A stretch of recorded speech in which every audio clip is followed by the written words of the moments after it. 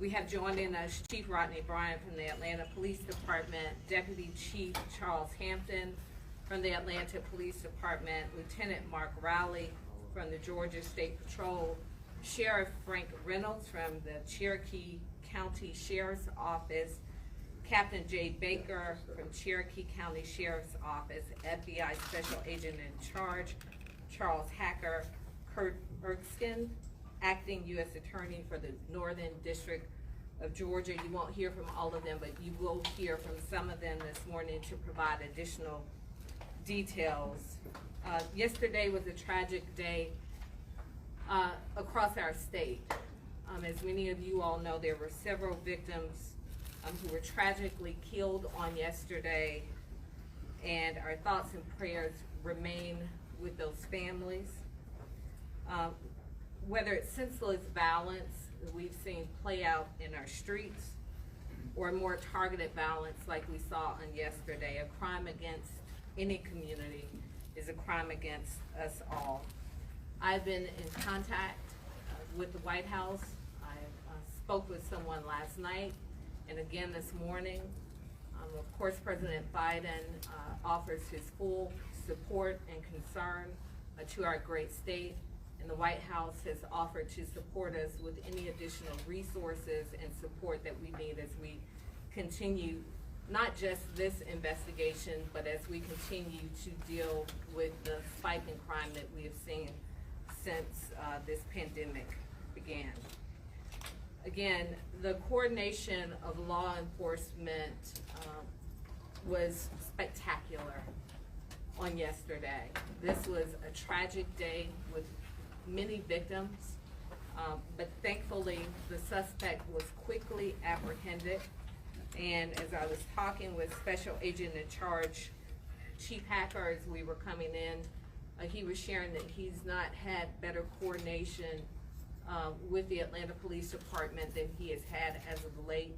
And certainly we thank the State Patrol, Cherokee County, and I believe it was Crisp County, where the suspect was apprehended, and all of our partners and stakeholders throughout the state who assisted with this the apprehension of this suspect. I will now turn it over to Chief Bryant to share additional information, and we will hear from our other law enforcement representatives to share more details on what happened on yesterday and where we stand today. Thank you, Madam Mayor. We will present in the chronological order so that we can better inform you on how things played out. So we'll start off with Sheriff from Cherokee County, Sheriff Reynolds from Cherokee County, and then it will go to me. We both have our investigator leads. They could go into more details as a result of what happened and what transpired through the investigation. I think that it's important that we first acknowledge the fact. I know that we've received a number of calls about, is this a hate crime? We are still early in this investigation. So we cannot make that determination at this moment. Again, we are very early in this investigation. Even though we've made an arrest, there's still a lot more work to be done. And so with that being said, I just wanted to make sure that I know that that's going to be a concern, and that you were probably asking that of many of us. We are just not there as of yet. Again, so thank you all, and we'll start with Sheriff Reynolds, Cherokee. Thank you, Chief. Thank you, Mayor Bottoms. So we got a call about 4:55 yesterday afternoon of shooting in the Bells Ferry 92 area of southwest Cherokee County. Our deputies responded and found multiple gunshot victims. We were able to quickly identify a potential subject from video footage. Captain Jay Baker is here with me. He's going to be able to answer some questions as well. We were able to put that out on our social media.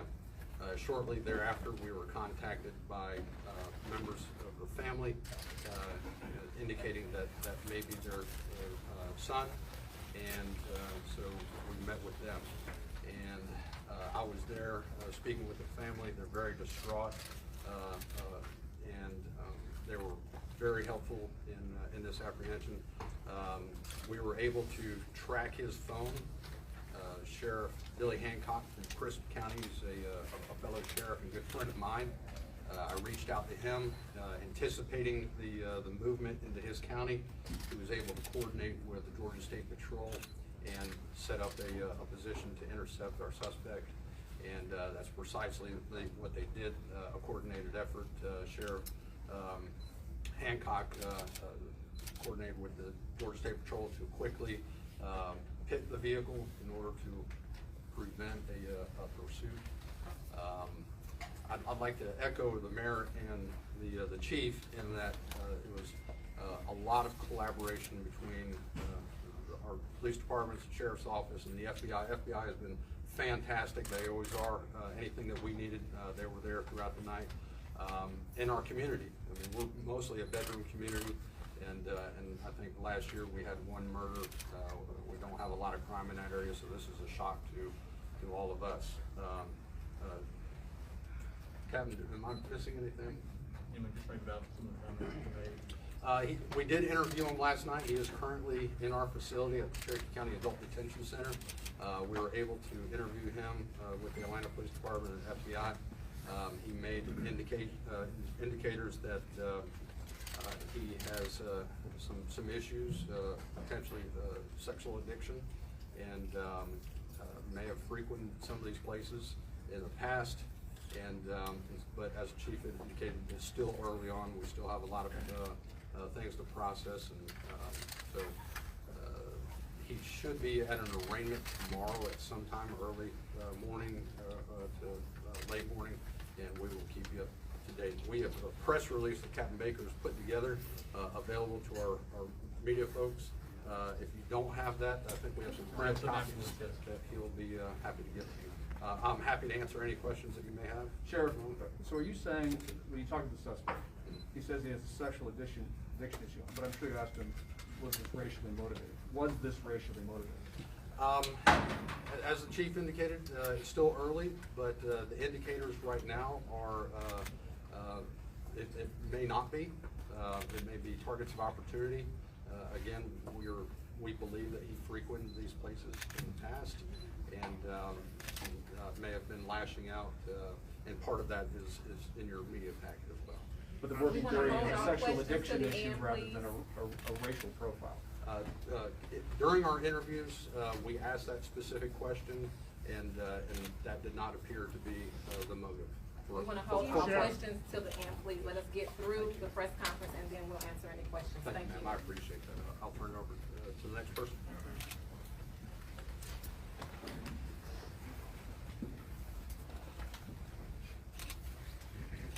So, on yesterday, at 5:47, our units responded to 1916 Piedmont Road on a robbery call. Upon arrival, they discovered 3 females shot inside this location. While investigating that location, they received another call at 1907 Piedmont Road, where they found another female shot inside that location. Both locations were massage parlors. And at that time, we recognized that we had information previously put out by Cherokee County that they had a similar incident occurring in their jurisdiction. Immediately, the sheriff and I and the chief in that jurisdiction started having conversations, trying to bring things together. As we stated earlier, the collaboration between the different our local and state partners, we immediately start having conversations to coordinate our efforts to determine who our individual, the subject that we were looking for.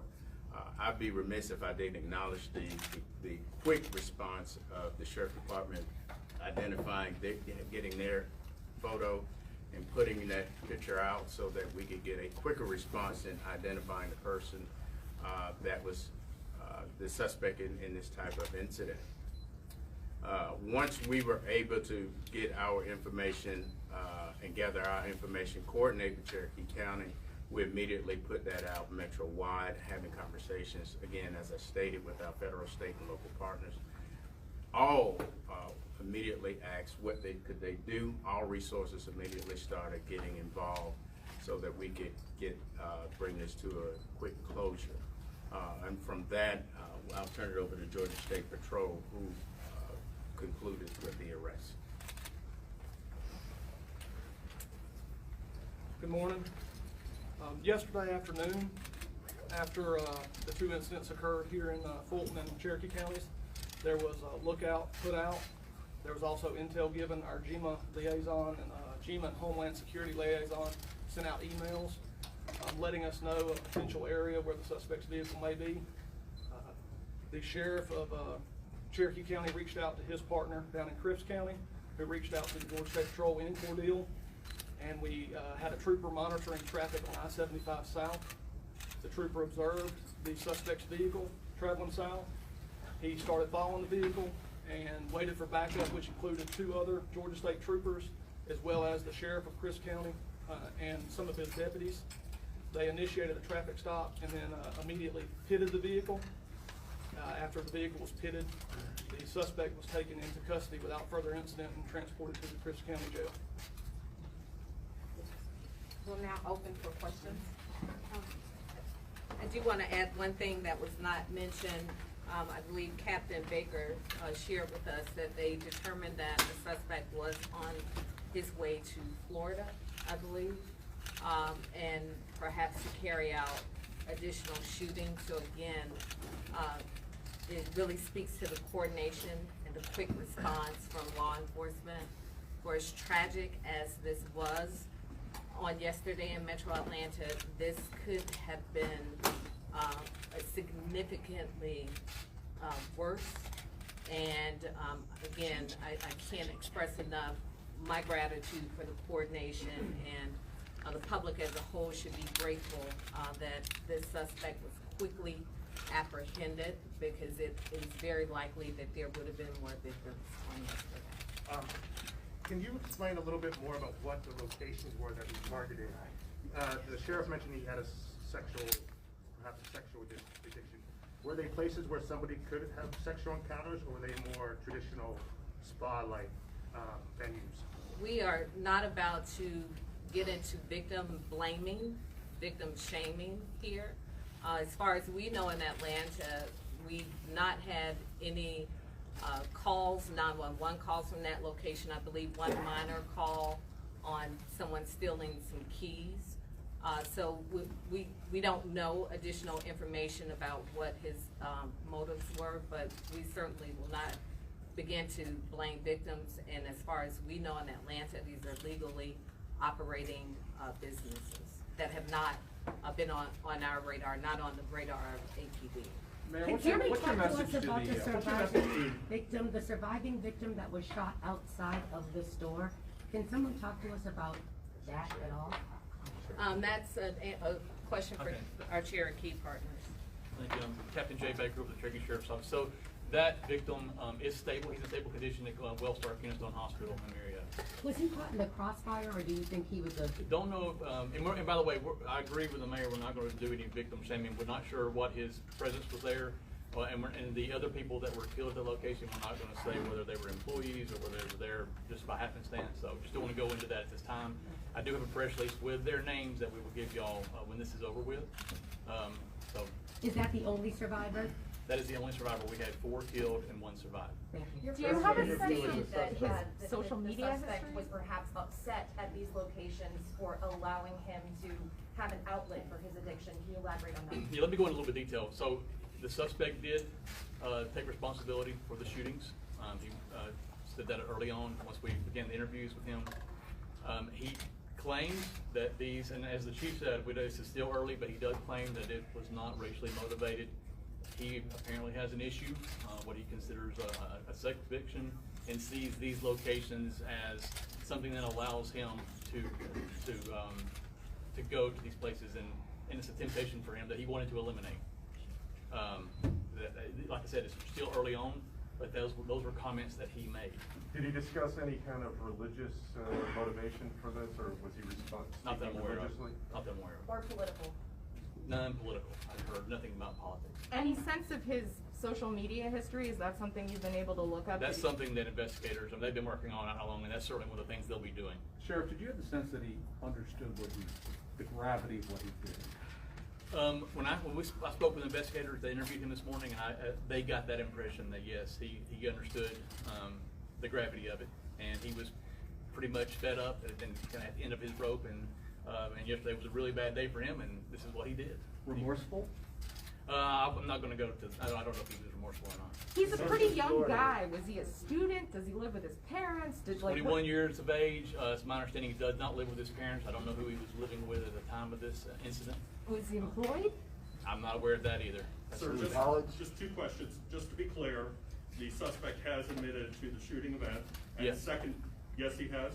Yes. And secondly, there was an indication that the family notified you. What indications or what reasons did the family notify you? We put out an image of a possible suspect very early on in this incident, and we were notified by his family, who were fully cooperative, and we are greatly appreciative of their assistance in this matter. I'm sorry, did you say earlier that, Was the image from the surveillance? Surveillance cameras, there were several businesses there, and we were able to get images from those. And then you also ID'd his car also from the surveillance? The car, and then of course, obviously, we were able to get in touch with the parents who identified it from social media that was their child. You mentioned Florida. Did Were you there say any- earlier that- Did you mention any particular businesses that he was going after? Just my understanding, it was some type of porn industry in that state that he was wanting to go do some similar act in that location. No additional details at this time. I'm sorry, to clarify, did you say earlier that in interviewing the suspect, he said it was not racially motivated? He did make that claim. Do you have a criminal past? Despite there not being a racial motivation, there has been a very real set of anti-Asian hate attacks across the country. We've heard from New York City police that they're actually sending resources out of an abundance of caution to their Asian communities across the city. Now, for any of the law enforcement partners here, is there anything similar as far as strategy and extra support for either the Asian American communities in Metro Atlanta or similar businesses like massage parlors? So obviously, whatever the motivation was for this guy, we know that many of the victims, the majority of the victims, were Asian. We also know that this is an issue that's happening across the country. It is unacceptable, it is hateful, and it has to stop. That being said, we are coordinating in real time to make sure that our communities have the resources that they need. We have not seen a significant uptick in formal complaints within the city of Atlanta, but obviously this is a large metropolitan region. And we know that we're hearing the stories, we're seeing them on television, we're seeing them on social media, so we certainly are aware, and we stand ready to provide any additional resources. But again, because of the quick coordination, when I was on my way home from City Hall last night, when I received the alert that there was a business shooting on Piedmont Road, I immediately called Chief Bryant, who had already been in touch with Cherokee County, and they were already making the connection. So we had a very rapid response, but certainly we will continue to be proactive and provide resources to the extent that we can to make sure that our communities are protected. And again, encouraging anyone. We know many of our communities are sometimes hesitant to bring in law enforcement.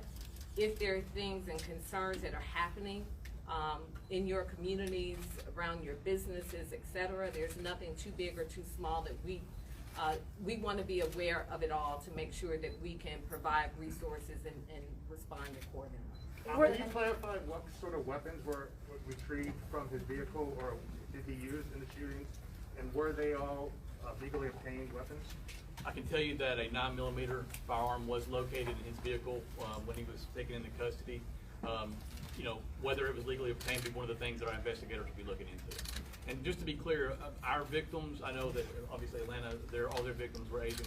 2 of our victims were white, in case anyone was unaware of that. We have 2 Asians and 2 whites that were killed. at our Were the location. victims employees or patrons? That's one of the things that this time we're not gonna go into details about while they were there. And the 9mm, that was the weapon he used? Well, obviously, we'll have to do forensics on the firearm, but we're confident that it is. But How the much only- It was the ammunition? only weapon that you're talking Yes, about? yes. Did he have like a bunch of ammo? No other cartridges? weapons were located in the vehicle. How much ammunition did you find? Pardon me? Do you have a sense of how many times he shot, how much ammunition he I had on him? don't have that information. Okay. Is Did he there have any a reason criminal to believe record? that other similar businesses should still be concerned today? Is there still a threat?